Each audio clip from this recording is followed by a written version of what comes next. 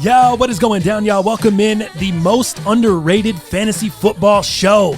I am your host, Thomas the Franchise, the homie Dow Palantonio, chilling across from me, man. We are the hosts of the most underrated podcast. Had to come in with some Mariah Carey today, fantasy. I get it. Kicking off the season, our fantasy season, our draft special. Let's get it going. Dude, it's going to be a fun season, man. We got a lot of stuff planned for you guys this fantasy season. This is going to be the draft show. We're going to give you guys some draft strategy, maybe some players to watch out for, some players to avoid, and then we'll kind of go from there, man. We'll see kind of where the show takes us. We definitely want to make sure it's hard-hitting fantasy advice for you guys, so make sure you get your notebook out. You might have to run this back, write some shit down, take some notes. I know a lot of you guys are having fantasy drafts this weekend. If you already had some fantasy drafts, it might be amateur hour. You might have to jump out that league. Yeah. Anyone that's drafting before about the 26th, I don't really know what you're doing with your life. Let's jump right in, Dal. I don't want to waste a ton of time here. Totally. Let's talk about let's start the show with the big news. Andrew Luck obviously retiring. Lamar Miller with the torn ACL. Not so much about we know we're not drafting these players, right? But it's more about the team. Let's start with Andrew Luck. Does this affect your draft strategy as far as with the Colts? Do you stay away from their receivers, running back Marlon Mack? Does this change anything, any of your strategy with the Colts? I'll tell you, Jacoby Brissett, coming in, obviously now the starter. I think he's as shocked as all of us are. But I think you have a little bit of continuity with Jacoby and T.Y., not near what you had with the likes of Luck and T.Y. Right. So for me, I'm going to stay away from receivers. But going forward, I think the workload is really, really going to be crucial with Mack. And I see the workload changing from him, and it was going to be heavy anyways. But I think that... I think he's still somebody that I would highly, highly look after. I like Mack. I don't like the receiver core. Let's move on to the Lamar Miller situation with the Texans. Unfortunate for him. Yeah. Lamar was a guy that I had drafted last year.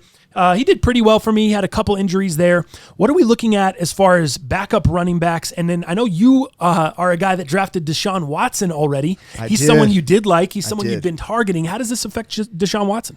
God, I don't know what this is going to do to Deshaun necessarily, but I think my biggest concern is Duke Johnson going over there. Recently traded obviously from the Browns because Browns are going all in with Chubb. Duke Johnson doesn't have any experience as necessarily like the main starter, right? He's always kind of been maybe the Tariq Cohen of the Browns, right? He right? Just steps in. Yeah, steps in, maybe some goal line, attempts, but also, make some catches. I love Duke Johnson. I'm hoping that a lot of people, after the Lamar Miller thing, hopefully people just write off the Texans. Yeah. Hopefully they're just like, whatever with the Texans, I'm done. As far as the running back situation. Sure. So I can get Duke Johnson late. I think he's going to be extreme value. I think this is a guy that showed what he could do in Cleveland when he was there. He was productive. It's not his fault they brought in Nick Chubb. Right. It's not his fault they had other backs around him. Now, obviously, Kareem Hunt over there had to be moved. I think this is the perfect opportunity for him. I already loved him behind Lamar Miller this year because of Lamar Miller's aging and injury concern. Now I love him even more. Duke Johnson Jr., a guy you should target for sure, in my opinion. All right, let's move on to some players that are overlooked or maybe like undervalued players. And these are guys that you would see in your draft that you don't necessarily want to reach for them, but you don't want to let them pass you. If they fall to you, you definitely want to take that guy. Don't undervalue them and don't overlook them, okay? So does that make sense? I'll start out here, and we'll start at the wide receiver position with a guy, Deshaun Jackson. Okay. Going back to the Eagles, a lot of people think Deshaun Jackson's washed up. He's not. He's still a deep threat. He can still separate. I've seen it in preseason games. I've seen it in camp. The guy is still getting separation. That's where you have an issue as a wide receiver when you can't separate. That's not Deshaun Jackson. Sorry. He's going to have a huge role in this offense. Also, he returns punts. A lot of people forget. If this guy takes one or two punts to the house, that could be the difference in you winning a matchup that week. So if he falls to you, definitely take him. Don't be scared away by his age. Don't be scared away by what happened in Tampa Bay. He had Jameis Winston throwing to him, for Christ's sake. Did you see Jameis Winston the other night? Awful. Yeah. Awful. Let's not get scared. What's surprised? Right. Let's not get scared away from Deshaun Jackson because of Jameis Winston the past few seasons in Tampa. We got Carson Wentz. We've got other weapons there, notably Nelson Aguilar, Zach Ertz. There's a lot of people that are going to take attention away from Deshaun Watson, and this is a guy that can still take the top off the coverage. Deshaun Jackson, my guy. Did I say Deshaun Watson? I might have said Deshaun Watson in there a couple times. Hopefully not. I'm sorry. Deshaun Jackson. Yeah, I'm with you on that. Deshaun Jackson, man, he has that boom or bust. There's no doubt about it. And I can see him getting some of those real boom, 60, 70-yard plays, that kind of thing with a catch and run. He's still got the speed. I definitely agree with that. But if you can get him late, I am all in with that. I think that's a great pick. Let me give you mine. Yeah. Now, this one is tough for me because I like this guy, but he hasn't proven a lot. But if you can pick him up late, I think he adds a whole new dimension to the Chargers. I got to say Hunter Henry. Coming off his injury, dude, he hasn't played, but I think he's literally put together just about 29 games in his 4-year career. Okay, so we haven't seen a lot of him. But what I will tell you, so he started only 10 games, but was able to add 8 touchdowns to his stat line within those 10. So he has a lot of potential, but he just has a hard time staying healthy. So what I would tell you, as the Antonio Gates are kind of relinquishing and going away because he's old, and I haven't even heard if he's actually retiring or not. I haven't heard much on that, but one door is closing with him, and I think there's a door opening with Hunter Henry as long as he can stay healthy. So, look to him late, but he is not somebody you should forget as we're looking at the Kelceys, as we're looking at the Ertz, as we're looking at the Kittles. So that's my great point by you. I think those are the top 3. Yeah. Kittle, Ertz, Kelce. Yeah. Those are your top 3 tight ends. Those are the guys that are going to be gone before anyone else. Now, it doesn't mean, I would say tight end, I would argue, tight end has been terrible the past few seasons, probably maybe the past 5 years. One of the hardest positions in fantasy football because there's so few good ones. Mm-hmm. This year is not that case. We're finally breaking away from that. I think you have your top 3 in the guys we just mentioned, and then it kind of goes down, and your next tier of O.J. Howard, Evan Ingram, Hunter Henry, those are guys you can get a little bit later with a ton of upside. And then after those guys, there's another wave of guys that you can get. So the tight end position is not as bad as it's been. So I don't think you have to reach for Kittle or reach for Kelce early, or Ertz, especially Ertz. Let's move on to my next one, and we're going to go with the quarterback position, Kirk Cousins. Ooh. I think Kirk Cousins is a guy that a lot of people are going to overlook just because he's not that flashy. The name's not that flashy. He doesn't really, by the naked eye, he doesn't flash. He doesn't put up big numbers, right? But when you dive into a guy like Kirk Cousins, he had an awesome 2018 as far as the numbers go. 30 TDs, career high in passing, completion percentage, rushing yards, and that was all with his first year in the offense. Everyone knows that a quarterback's first year in the offense, they're kind of swimming a little bit. Now this is his second year. He's got a year under his belt. He's got Dalvin Cook back, which he didn't have there. Thielen, Diggs. I really like Kirk Cousins. He did have some bad games in 2018. He had 5 games where he scored under 10 points, which is pretty miserable. You don't want that out of your quarterback, but we're not drafting a guy based on what he did last year. We're drafting a guy that's has a second year under his belt in his offense. He's got all of his weapons back, and we're drafting him with the hope that he's going to be better and then take a step forward in his second year. That's why I like Kirk Cousins. That's a guy that I think you should not pass up. If he falls to you at his average draft position, that's a guy you should take. Yeah. It's funny. I actually got him as a backup, and I got him way late, dude. I feel like I scored on that. Totally. You know what I mean? He's going to be a guy that's going to start quite a few weeks. I have my Deshaun Watson, right. And if for whatever reason, if he falters because of the backfield that he doesn't have any help or whatnot, dude, I got Kirk Cousins, dude, as a backup, man. I really like that. Love it. I want to add a point to that, man, because one of mine here actually is Dalvin Cook, and the reason I'll tell you that, it kind of coincides or coexists with the whole Kirk Cousins situation. And here's why. They've beefed up their offensive line. Dude. Yep. And with Kubiak at the helm, dude, he loves the running game. There's no doubt about it. We learned that in Denver, right, when he was here with us. So I'm going to say Dalvin Cook.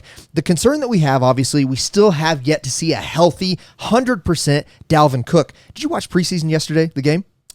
I did not see the preseason game, no. Dude, his burst speed, his ladder speed, his just mobility looked insane he looks yesterday. Good, huh? I think he looks really great, dude. Again, that was just one run that we happened to see.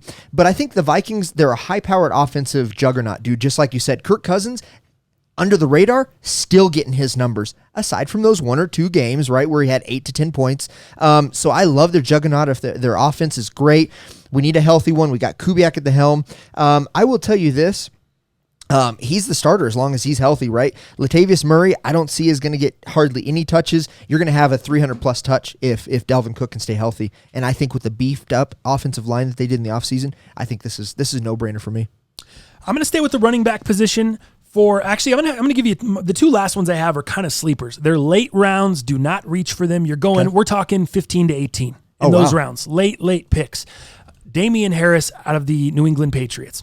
That's the first one. He was actually slated a little bit earlier than 15, but he's hurt. He's got an injury. He just injured himself in the preseason game. I think he'll be fine for the season. All the reports I'm seeing. Damian Harris is a guy that you should look for the New England Patriots. Sony Michel's the starter. James White's kind of the backup or pass running back, but I think Damian Harris is going to be a guy that they mix in quite a bit with Sony Michel. And the big reason here that I'm recommending Damian Harris, Sony Michel's injury history. We're talking about a guy that's been injured 4 times since 2017.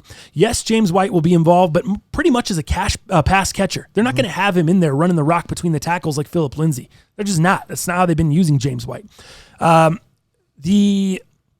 In the preseason, Damian Harris has already posted a beastly 87 yards, only 14 carries. Running fools over. He's having a really good preseason. The New England Patriots are very excited about him. And this is a great round running back that you can get, or a great running back you can get in the later rounds and stash him for later on in the season once Sony Michel gets injured. Gotcha. Yeah, the other guy, is Trey Quinn. He's just a slot receiver out of Washington. He's another guy. I would not recommend touching Trey Quinn until the very last round. He might not even get drafted. If you don't see him popping up, may not even get drafted. But I'm going to tell you about Trey Quinn. He's a speedy slot receiver, and he's going to be the starting slot receiver in Washington.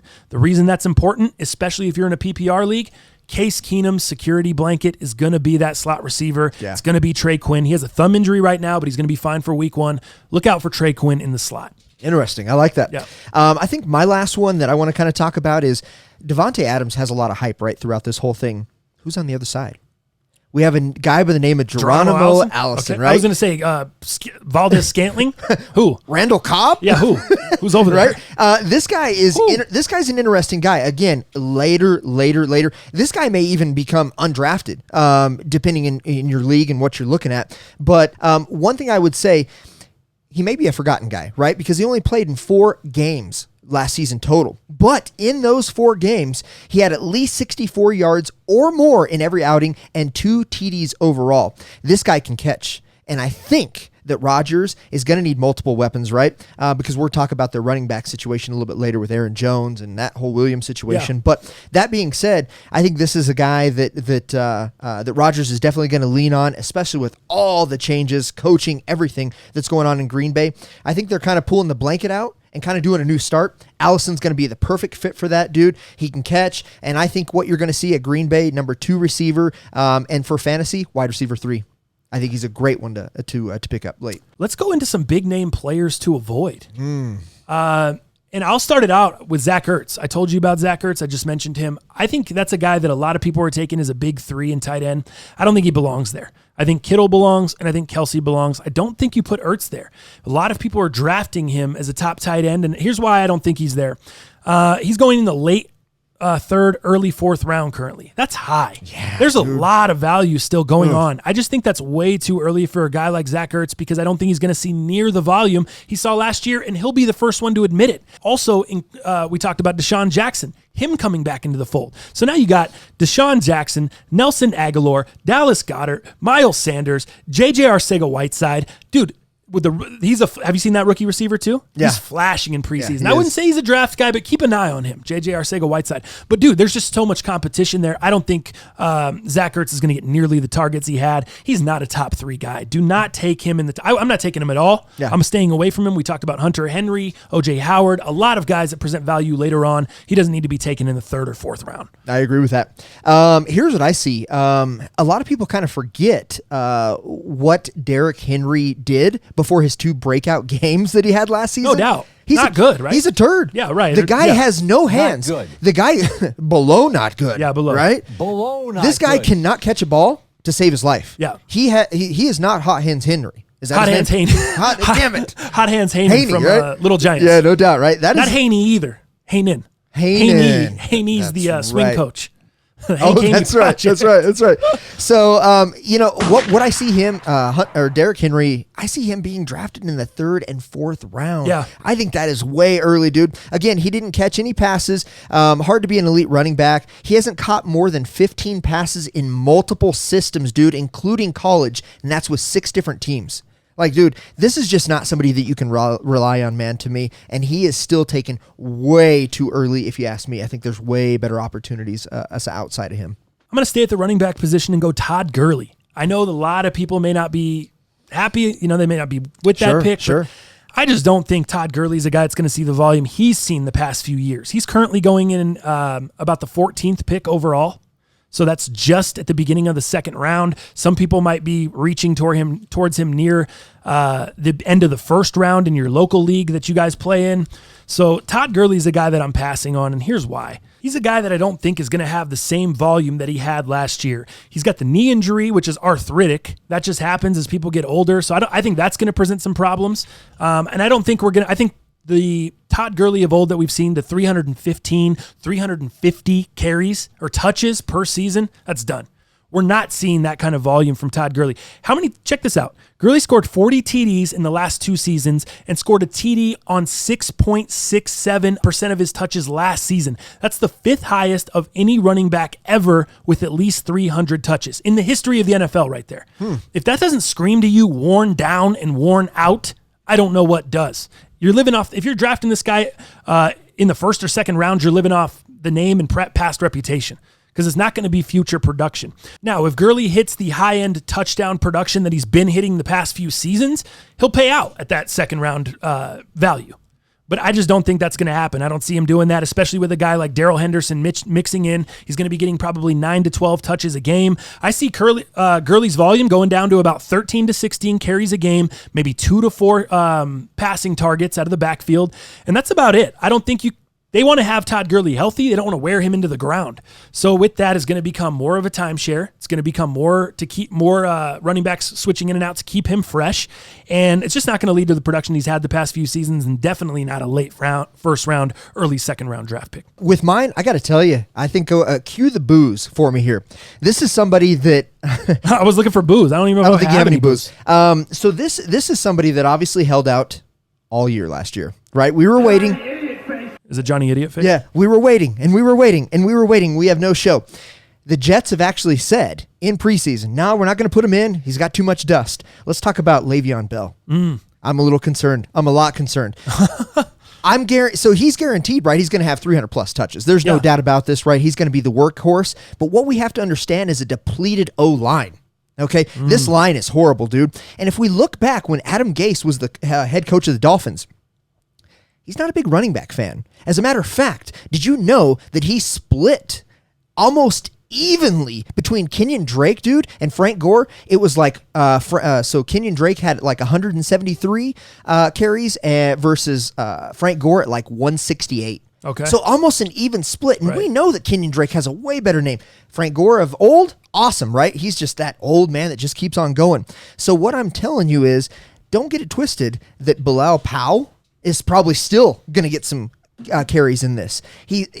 Adam Gase just doesn't seem to just put all his eggs in one basket. And I'm a little concerned that Le'Veon's going to get his touches. He still has dust, as Adam Gase and the whole organization said. That's why he hasn't played much in preseason, because he's not worth watching. That being said, dang, look at you! No, dude, the backup running back there is Ty Montgomery from Green Bay as well. That's right. And then Bilal is Bilal's like third. So I think they're both going to be mixing in with Le'Veon Bell. Yeah, man. So with this 300+ touches and all that stuff, I don't know. Yeah. I mean, I don't know just what you're talking about with the committee. How Adam Gase switches things up. You've got a capable backup in Bilal Powell who's been there with the Jets, shown he can be productive. Then you got a guy in Ty Montgomery who's also excelled in the passing game out of the backfield, which that's Le'Veon Bell's bread and butter in Pittsburgh. You bet. So it's going to be real interesting to see how they use those guys. Let me give you an interesting comparison. So wait, you're passing on Le'Veon Bell? I'm passing on Le'Veon Bell, and here's what I think. I think Le'Veon's going to pretty much do what David Johnson did last year. Ooh. He got his touches. He did okay. He didn't do awesome. So he's going to get you some points, but he's not going to win you a ship. I'm going to say it like that. Let me stay there for a second with David Johnson. Good. How do you think he's going to do this year? We've seen preseasons looked ugly, right? Yeah. But you have Cliff King. He doesn't now. That's another thing too. David Johnson doesn't seem like a prototypical Cliff Kingsbury running back. You seem like you want someone quick. You want someone out of the backfield that's a little bit better receiver. Not someone that you just plow into the middle of the line, which it seems like what David Johnson's been since he came back from injury. We haven't really seen him that spry. He's not really that. It doesn't flash athleticism to us jumping off the screen. So it's kind of like, I don't know what to do with David Johnson. I know the line is no good. But I know they're excited about Kyler Murray. I'm really excited about Murray and Kingsbury together and what they're going to create in the playbook. But I I don't know anything as far as the running back situation. I'm not sure what they're planning to do with the running back, so I'm going to have to stay away from David Johnson. Are you staying away? I am absolutely staying away as well. I think Cliff Kingsbury and Kyler Murray is kind of where the focus is, and they're building around him. And I don't know how much David Johnson really has to do with that. I think you're going to see David Johnson get some nice goal line touches, ground and pound, get it in there just to ensure that everything's good to go. But otherwise, breakouts, that kind of stuff, some big yardage gains, I don't really see it, man. Is there anyone you're drafting in that offense? Receivers, running backs, Murray? Are you drafting anyone from the Cardinals? Absolutely not. The only guy that I think is on my radar that I'm going to see if I can pick up later, and this is going to be tough because he was a sleeper over the summer, and now it's like all of a sudden everyone's up on him, and that's Christian Kirk. Yes. You up on him? Uh-huh. So Christian Kirk is a guy that I thought I'd be able to get later, and it's a guy I was like, I'm going to target him later on. I just don't think he's a sleeper anymore. I think everyone's up on him. I think if you want him, you're going to have to go get him, and unfortunately, I'm not going to reach for him. So I'm passing on Fitz. I'm passing on Murray. I don't even know who the hell the tight ends are over there. I'm out on the Arizona Cardinals situation. Yeah, not good. Yeah, not good. Not good on the Cardinals. Let's go with some running back situations to avoid. I'm going to tell you those. Number one, Denver. Tough, dude. Denver, Phillip Lindsay, Royce Freeman, and Theo Riddick. You got Lindsay going in the late 4th, early 5th rounds currently. You got Freeman going in about the 7th or 8th, and then Riddick is injured right now. So Lindsay, most likely outcome for me, fewer carries this year, fewer targets, because for one, the coaching staff doesn't want to wear him out like last year and get him injured at the end of the year because he's just too, my opinion, the guy's too small to be running through the tackles on every play. He's not an every down back. Stop treating him like an every down back. Stop running him into the ground. He's a flash player. Let him do what he does best. Get him out in the open. Get him in space. Or bring him in. If you want to run him in the middle, bring him in and do it once in a while. Surprise the D. Don't just bring him in and hammer him up the middle like he's David Johnson. Right. What are we doing? I don't like that at all. I hope Vic Fangio gets away from that. But this is one of the reasons I'm not targeting Phillip Lindsay this year because I just don't have faith. I don't know how they're going to use him. There's 3 running backs in the mix. They brought another pass catcher in Theo Riddick. That's a backfield I'm avoiding altogether. I think Royce Freeman's going to get more carries this year. I think with Riddick coming back, he's just not going to see the volume throughout the air. Next running back situation that I would avoid is Washington, dude. We've talked about Washington a little bit already. Darius Geis, Chris Thompson, and Adrian Peterson. No thanks. Yeah. I don't want any of those guys. Darius Geis, he's coming back from a big injury, correct? Yep. Yeah, he's going to be eased back in, though, after being cleared to play. He's not going to be just jumping right in. No. So then you got an old, beat-up Adrian Peterson. You got Chris Thompson, who's terrible running the ball, but he's really good catching the ball out of the backfield. So that's going to be your passing threat there. Adrian Peterson's going to be your running threat. Geis, they're going to ease him back in. I just don't like any of that. I would definitely avoid every Redskin running back. I don't care where you can get them at. Tampa Bay, another situation, the running backs I would avoid. Ronald Jones, Peyton Barber, Andre Ellington, and then Dare. I don't even know how to say his last name. Who are those guys? Exactly. Never heard of them. Never heard of them. Offense is a mess. Scoring will be done through the air. Yeah. I just don't think that's a backfield you want any part of. Next, Buffalo. Yeah. That's another backfield I'm staying away. Totally. LaShawn McCoy, Frank Gore, Singletary, and then Yeldon. 4 backs on the roster. Have they cut Yeldon yet? I think Yeldon's going to be the guy that they cut. There was talk in the offseason about them cutting LaShawn McCoy. Wow. I think he's just too entrenched as part of the team. Yeah. Yeldon just came there from Jacksonville. Yeldon hasn't had a good preseason. Yeah. Dare is the guy that they really, really love as a young guy. Same with Singletary. Those guys aren't going anywhere. Yeldon or McCoy is going to be the one to get cut, and I think it's going to be Yeldon. Right. But I still don't touch McCoy. I mean, don't touch McCoy. The only one I would add to that in terms of backfield, I'm a little concerned with Falcons. Okay. Yeah, you lost Tevin Coleman, right? Yes. Tevin Coleman's obviously a San Francisco 49er now, and I think he's going to be sharing catches with Breida. But that being said, dude, Devonta Freeman is one concussion away from career ending. Let's be honest here. Okay, he cannot stay healthy, and I don't think he can manage that type of workload, dude. Now, they are going to bring Ito Smith in there, and he's obviously going to get some goal line touches. They're going to mix it up, but you need Devonta Freeman to really manage his workload, and you need to get a lot out of him. Yeah. And I just don't think with his injury-prone body that he can handle that type of workload. And Ito Smith just hasn't been challenged. We haven't seen enough from him as like a starter or as like a splitting reps with another back. So I think their backfield's a little in dismay. I had Coleman last year in fantasy, and I tell you, that's why I was surprised. I thought for sure you'd be up on Freeman this year, but I like this. I like this, Eddie. I think this is the correct call, dude. I think, I mean, if you love the injury history, draft Devonta Freeman. Yeah. Because that's what the guy is. Yeah. Walking injury history. I have no idea why they paid him big If you money. love living week to week and not having some consistency at one of your prime positions, pick him up. Pick up Freeman. It's great. Tell me about Breida. We were just talking about him for a second. Oh, man, I love Breida. I do too, dude. I think because we talked about Coleman leaving and going to San Francisco. Yeah. I like Coleman, but I also like Breida. Dude, I Breida was really a guy like Breida. you ate off Breida. I think you won a fantasy championship off Breida last year. I did, man. I tell you what, the two biggest pickups I had last year as these bigger names that we just discussed earlier were holding out or hurt or injured or whatever. Dude, James Conner, number 1.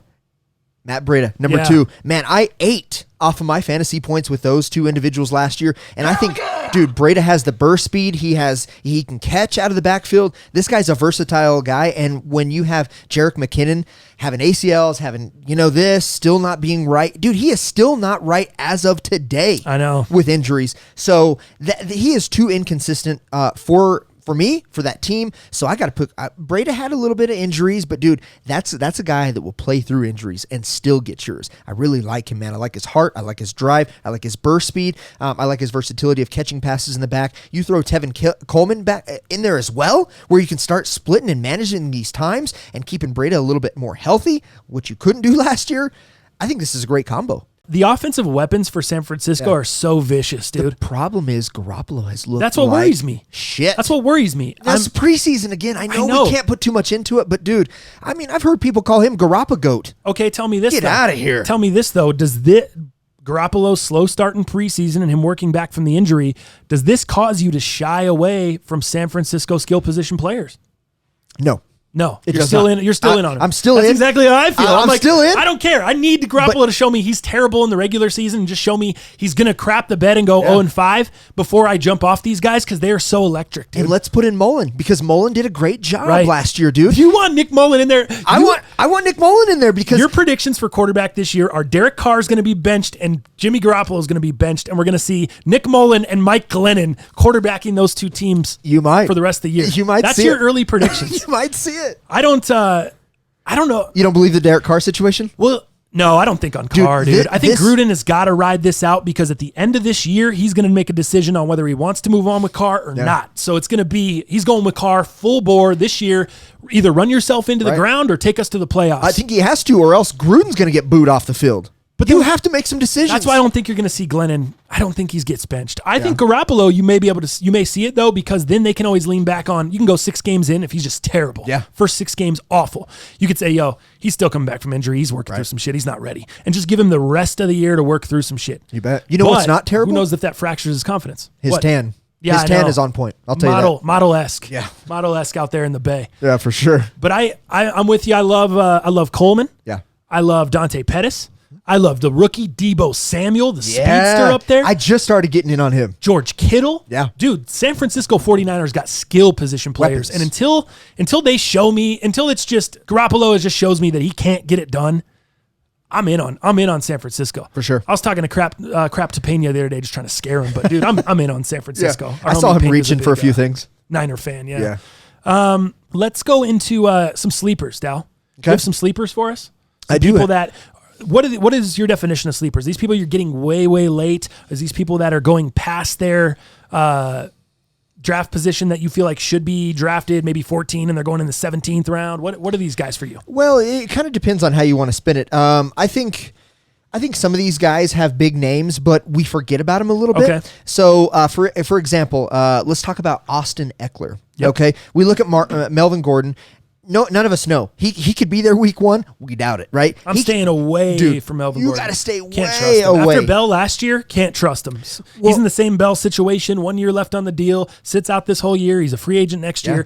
Who's to say, dude? I can't trust that. This is Le'Veon Bell all over again. Yeah, There's I'm no doubt running about away from it. Melvin. Now, Zeke Elliott, little different situation over there because we've got 2 years versus the 1 year on Gordon. But that being said, Gordon, let's push him aside here. Let's talk about Eckler, man. I think Eckler is a sleeper in the way of because everybody knows about Gordon. And we look at what he did last year, man. He had some awesome runs, so check this out. He actually earned 106 rushing attempts and 53 targets last season, which he turned into 958 all-purpose yards and 6 TDs. This guy's coming from something. He has proved some things in the past, and again, I think this guy plays through injuries as well, and he's somebody you can count on, week to week. Whereas Gordon, especially, the last year or two, dude, injuries, holding out, whatever it is. Austin Eckler is not somebody to sleep on. I think he's got only upside with Austin Eckler. I like Austin Eckler a lot. Justin Jackson, is that a guy you're targeting behind him? He's had some run over there. He's been good with the Chargers. I don't know that if Gordon sits out, obviously I think he mixes in. Yeah, because Eckler is kind of a Phillip Lindsay type of body style. He's not as small, but he's pretty small. He's not a guy you're going to be able to have in there as an every down back. Ground and pound. So it's not that guy. Justin Jackson's a guy that you can pick up later on as well. Might be a good handcuff to Eckler. Well, and Eckler's going to give you that 2.5 receptions per game as well, which is really, really nice. So again, PPR leagues, especially, shoot for Austin Eckler. I think you won't be let down. What about sleeper-wise? This is a guy that he got drafted already in my I had one of my drafts, like I said. Mecole Hardman out of Kansas City. Okay. Have you seen him? Little speedster, dude. No. Preseason, ridiculous speed. He did get drafted. This guy is getting drafted. You're not going to be able to pick him up later unless your league is just asleep at the wheel. My leagues are not asleep at the wheel. Everyone in here knows what the hell's going on, unfortunately, for me. So I got to be paying attention. Mecole Hardman's a guy, if I want him, I'm going to have to draft him, and I'm going to probably have to get him somewhere between 15 and 18 where I could be getting a kicker or a defense or something solid. But this is a guy you want to have, dude. He's the third wide receiver on a depth chart behind Tyreek Hill and Sammy Watkins. This is a guy that's going to take Tyreek Hill's slot position because now Tyreek's kind of outside with Sammy Watkins. Dude, this guy is dangerous, man. Mecole Hardman. It's a name to keep an eye on, and it's someone that I would definitely recommend you guys draft. I think he's going to have, maybe not right away, maybe not in the first 5 weeks, but he's going to have a role on this team. Yeah. He's going to be making a difference, dude. Let's go to like a 13, 14 round sleeper for me. Okay. I think this is somebody who earned a lot of trust, especially last year with Big Ben. And as you see the leaving of Antonio Brown to the Raiders, obviously Juju, is a big pickup. He's primed, ready to go. But dude, he's gonna get not only single but double, coverage. It's gonna be hard to pass him. So who do you have left? A guy by the name of Vance McDonald, dude. So bring in these tight ends yet again. This is exactly what we talked about. This is somebody you should get way late, right? You have like the 3 to 4 different segments of tight ends, You have your elite ones, and you have another set, then you have another set. Yep. This guy is a 13, 14 round, great sleeper pick, man. Right now, currently, I think he's ADP of like 14.08. So this is a great guy to pick that up. So his so numbers across a full 16-game slate, he'd have 160 catches for 1,800 yards, man. If you look at their lone playoff game, McDonald delivered with an incredible 10 catches for 112 yards. Like I said, I think with Juju getting the main targets and getting that, single, double, maybe even triple coverage in some lights, man, depending on how close we are to the end zone, that really frees up Vance McDonald as a tight end, and he's going to be a huge asset to that team. I'm going to go with D.D. Westbrook as my next one. I like it. Dude, D.D. Westbrook is a guy in Jacksonville with the injury to, what's his name? Marquise Lee. With the injury to Marquise Lee, this is a guy that automatically becomes the top option there. It's the Jacksonville offense, so we don't want to get too crazy. I don't want to say it's insane upside, but man, I think bringing Nick Foles in there is a huge upgrade at the quarterback position, him being the top option. A lot of people are passing on D.D. Westbrook. He's a guy that fell quite a few spots in my draft the other night. He's a guy that I'm seeing falling in quite a few other mock drafts. I think people are just scared off by the Jaguars. Yes, they weren't good last year, but this is a team that was in the playoffs and the AFC Championship. No. Was it AFC Championship? Or was it the it was the AFC Championship against the Patriots. Yep. Yeah, they beat Pittsburgh and they went to the AFC Championship 2 years ago. So we're talking about a team not that far removed. I think you got to have the top option. A top option on any team in the NFL is going to score for you. It's going to produce. This is a guy that I wouldn't say he's a 1 or 2. I would say this is a nice flex position receiver. You can get at value because people are going to be passing over him. Don't pass over him. D.D. Westbrook. Gotcha.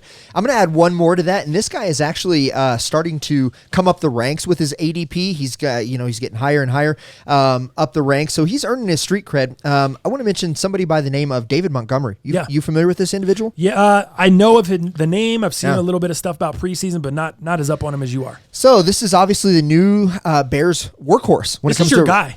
When it comes to You're running raving back, about this guy. I like this guy, No, man. you love this guy. This for me, and like I said, he's averaging right now anywhere between the 4th and 6th round. Okay, and I still think that may be early because he still hasn't proven anything. He's a rookie, for God's sakes. Yeah. But I will tell you this: the Bears are all in. They're so all in that they traded up picks to land this individual, man. So what I would say, this guy comes from Iowa State. Dude, he was labeled the best route runner on his team and also just evading tackles like I've never seen before. And that really, really is interesting to me with the amount of, I think he's going to get between 250 to 300 reps easy this season. And obviously with Jordan Howard going away, not a part of the Bears anymore, with the Eagles, organization, dude, this is the new guy. Now, I will tell you, he does have the free agent acquisition Mike Davis kind of backing him up. What about Tariq Cohen over there? Huge weapon.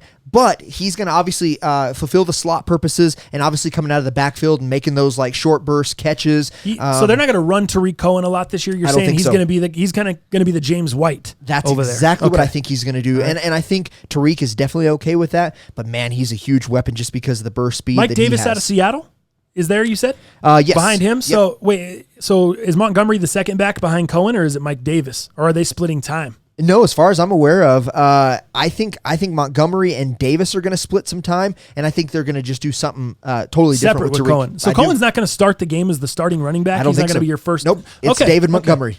All For right. sure. So I think this guy is very, very interesting. Like I said, man, this guy is going to be huge. Just wait till you see what he does. So what rounds do you have him going in? All right, so with David Montgomery, actually, he has jumped quite a bit, man. His ADP right now, according to fantasyfootballcalculator.com, he is slated at round 3, pick 8, dude. So he's jumped a lot. So obviously they believe that he's the starter. People are believing he's the starter. He's going to get the vast majority of the carries. Because he was going, what, 7th, 8th round? 6th, 7th round? 7th, yeah. Okay, before. So that's huge, man. huge jump for him, and that speaks to what you just said. Cohen's not going to be the guy. He is going to be the clear guy splitting time with Mike Davis. Got it. I think that's a good place to leave it right there, Dal. I think on that note, we can kind of let people figure it out, man, have their drafts. The whole point of this show was just to maybe put some eyes on some people that you guys didn't think about, maybe some sleepers. Also, maybe to take your focus off some guys that you would have drafted that is, we could say, hey, stay away from those guys, man. It's not good value. They're getting taken way too early, or they're not going to have the season you think they're going to have just because of last year's performance. Different stuff like that, man. So hopefully you guys found this show valuable to you. Make sure you subscribe to the channel and stay tuned to the most underrated fantasy football show. We'll be dropping a new episode every single week. Everything from stardoms and situms to fantasy advice to sleepers, all kinds of stuff going on over here. Anything else, Dal, you want to close on, man? Good to go. Good to go. Good and luck on that this week. note, yeah, man, good luck with your drafts and everything. And on that note, we will see you week 1 of the NFL season.